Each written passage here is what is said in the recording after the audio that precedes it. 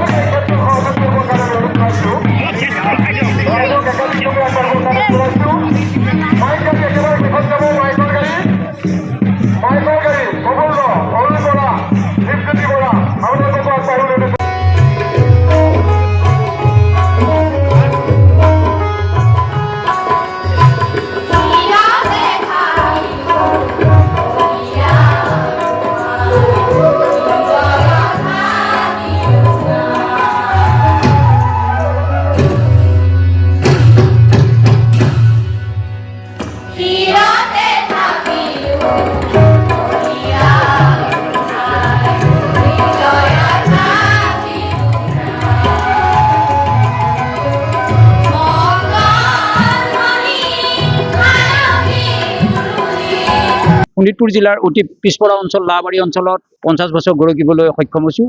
আমাৰ এই অনুষ্ঠানটোৰ মূল আকৰ্ষণ হৈছে মুকলি বিহু। 3 বহাগত আমাৰ মুকলি বিহু অসমৰ ইমূৰৰ পৰা সিমূৰলৈ বহুকেইটা নামী দামী দলে আমাৰ এই প্ৰতিযোগিতাত অংশগ্ৰহণ কৰিব। আমি আশা ৰাখিছোঁ অতি ভিতৰুৱা অঞ্চলৰ এই বিহু প্ৰত্যেকটো দল সংগঠনৰ লগতে জাতীয় দল সংগঠন বা অন্যান্য ৰাজ্যক আমি নিমন্ত্ৰণ জনাইছোঁ। প্ৰতি বছৰে সৃষ্টি কৰিবলৈ আমি চেষ্টা চলাই আহিছোঁ। কিন্তু প্ৰকৃতাৰ্থত গাঁৱৰ ৰাইজৰ যি পিছপৰা অঞ্চলৰ ৰাইজৰ যি দান বৰঙণি, সেই দান বৰঙণিৰ বিহুখন যিহেতু অনুষ্ঠিত হয়, অনাগত দিনবোৰত আমি ভাবিছোঁ যে ৰাইজৰ মাজত যথেষ্ট উৎসাহ উদ্দীপনা হোৱা পৰিলক্ষিত হোৱাৰ বাবে আমি অনাগত দিনত আৰু সুন্দৰকৈ এই অনুষ্ঠানবোৰ আগবঢ়াই নিব পাৰিম। আচলতে এই বিহুখনৰ মূল কথাটো হৈছে এখন 1975 চনত পাঁচনৈ নদীৰ যি উত্তোলক জলসিঞ্চন আঁচনি আছিল, এইখন কৃষক ৰাইজৰ কাৰণে এটা প্ৰেৰণাৰ আঁচনি আছিল। এই অঞ্চলত কৃষক ৰাইজৰ কাৰণে আধুনিক কৃষি প্ৰণালীৰ লগত যিহেতু পৰিচয় কৰাই দিছিল, সেই আৰম্ভণি আছিল নদীৰ পাঁচনৈ নদীৰ ৰূপালী বালিচৰত এই বিহুখনৰ জন্ম হৈছিল। তাৰ পৰা বিভিন্ন ঘাট প্ৰতিঘাটৰ মাজেৰে আহি পেলাই বিহুখন আমাৰ বৰ্তমানৰ পৰ্যায় পাইছেহি। এই মুকলি বিহুখন অনুষ্ঠিত কৰাৰ লগতে আৰু বিভিন্ন সাংস্কৃতিক প্ৰতিযোগিতাসমূহ আমি আয়োজন কৰিছোঁ।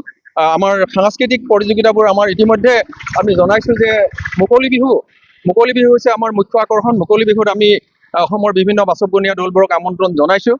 তেখেতসকলেও আমাৰ প্ৰতি সঁহাৰি জনাইছে আৰু আমি ৰাইজৰ দান বৰঙণিৰ মাজেৰে ইয়াতে যথেষ্ট বুলি নকওঁ, কিছু আমি প্ৰাইজ মানি আগবঢ়াইছোঁ, বঁটা আগবঢ়াইছোঁ। অৰ্থাৎ প্ৰথম পুৰস্কাৰ 50,000 টকা আৰু দ্বিতীয় পুৰস্কাৰ 30,000 টকা, তৃতীয় পুৰস্কাৰ 20,000 টকা, চতুৰ্থ পুৰস্কাৰ 15,000 টকা, পঞ্চম পুৰস্কাৰ 10,000 টকা। ইয়াৰ উপৰিও শ্ৰেষ্ঠ ঢুলীয়া, শ্ৰেষ্ঠ বিহুৱতী আদি নিৰ্বাচন কৰি পেলাই আমি এটা শকত ধৰণেৰে তেখেতসকলক পুৰস্কৃত কৰিম বুলি আশা ৰাখিছোঁ। আৰু আপোনালোকৰ আন্তৰিক সহায় সহযোগিতা অবিহনে যিহেতু অনুষ্ঠানটো সাফল্যমণ্ডিত কৰাত যথেষ্ট কষ্ট হ'ব, গতিকে আহি থকা 7টা দিনত আপোনালোকৰ উপস্থিতি আৰু সমূহ ৰাইজৰ আন্তৰিক সহায় সহযোগিতা আমি কৃতজ্ঞতাৰে কামনা কৰিলোঁ।